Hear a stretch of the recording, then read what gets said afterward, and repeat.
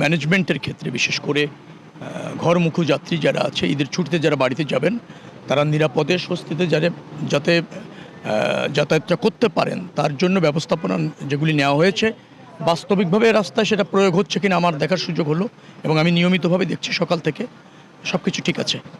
আর রাস্তার গাড়ির চাপ হয়তো আজকে আরেকটু বেড়ে যাবে, আরেকটু বাড়বে গাড়ির চাপ। আজকে যেহেতু অফিস হয়ে ছুটি হচ্ছে, আজকে থেকে গাড়ির চাপ আরও 2 দিন বাড়বে। আমরা মনে করছি ওটা আমরা বিবেচনায় নিয়ে যে ব্যবস্থাপনা রেখেছি, টোল প্লাজাগুলিতে আছে, তারপর হচ্ছে বাস স্টপেজগুলিতে যেভাবে আছে, যে ব্যবস্থাপনা নেওয়া হয়েছে, আশা করছি কোনো সমস্যা হবে না। হ্যাঁ আছে, ভ্রাম্যমাণ আদালত আছে, মোবাইল কোর্টগুলি সেগুলি কাজ করছে। আগে 9টা ছিল, আরও 15টি বাড়ানো হয়েছে, এখন 24টা কোর্ট কাজ করছে। এবং 260টি গুরুত্বপূর্ণ জায়গা আমরা চিহ্নিত করেছি যেখানে যানজট হওয়ার প্রবণতা আছে। সেখানেও আবার হাইওয়ে পুলিশ, ওখানকার স্থানীয় পুলিশ, আমাদের বিআরটির কর্মকর্তারা যারা আছেন, পরিবহন মালিক সমিতি অথবা আপনার যেটা শ্রমিক সমিতি, তাদের কিছু ভলেন্টিয়ার আছে, আমাদেরও প্রশিক্ষণপ্রাপ্ত কিছু ভলেন্টিয়ার আছে, তারা কাজ করছে। আশা করছি সমস্যা হবে না। গতকাল রাত্রের থেকে পর্যাপ্ত তেল গণপরিবহনে দেওয়া হচ্ছে, পর্যাপ্ত তেল দেওয়া হচ্ছে। সকালে 1-2 জন এরকম বলতে চাইলো আমাকে, সেটা হলো মহাখালী বাস স্ট্যান্ডে।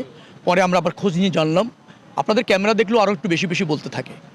আমি আবার খবর নিয়ে জানলাম পরে না, তেল পেয়েছে তারা। নগদ নিয়ে এলো হার না মানা হার অফার। সর্বনিম্ন 10,000 টাকা রেমিটেন্স নগদে পাঠালে থাকছে স্বর্ণের হার জেতার সুযোগ। যিনি গিয়েছিলেন, যিনি অভিযোগ করেছিলেন কালকে 11টার আগে না, কালকে তিনি দুপুরে গিয়েছিলেন, তখন তিনি তেল পাননি। কিন্তু পর্যাপ্ত তেল গণপরিবহনের গতকাল রাত 11টার থেকে সরবরাহ করা হচ্ছে। কোনো সময় অনেকে ধরেন আগে গিয়েছে, তিনি হয়তো পাননি, কিন্তু পর্যায়ক্রমে পেয়ে যাবে, সব জায়গায় পেয়ে যাবে। একই প্রস্তুতি থাকবে ঈদের আগে এবং পরে। 4 দিন ধরে নেন আপনি, 8 দিন, 24 তারিখ পর্যন্ত আমাদের সর্বাত্মক প্রস্তুতি আছে। মনে রাখা দরকার যে আমি এই কথাটা প্রায়ই বলছি, 2 থেকে 2.5 দিনে প্রায় 1.5 কোটি লোক একটা শহর ছেড়ে যাবে। তো এটা পৃথিবীতে কোথাও নেই, এত অল্প সময়ের মধ্যে এত লোক মানে ডিপারচার হওয়া শহর থেকে, সেটা আমাদের করতে হয়।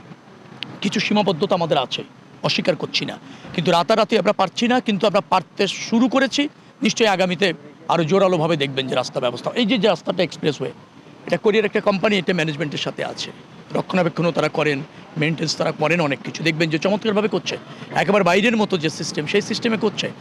চিটাগাং বা অন্য জায়গায় যদি মানে যেটা বাইরের থেকে আসাটা একটু বন্ধ করা যেত, এক্সেসটা যদি কন্ট্রোল করা যেত, তাহলে আমরা সেখানেও এটা করে ফেলতে চাই। হাইওয়েগুলি এইভাবে পর্যায়ক্রমে আমরা একটা নির্দিষ্ট ব্যবস্থাপনার মধ্যে, শৃঙ্খলার মধ্যে আনতে চাই। এই কার্যক্রম আমরা জোরালোভাবে নিয়েছি।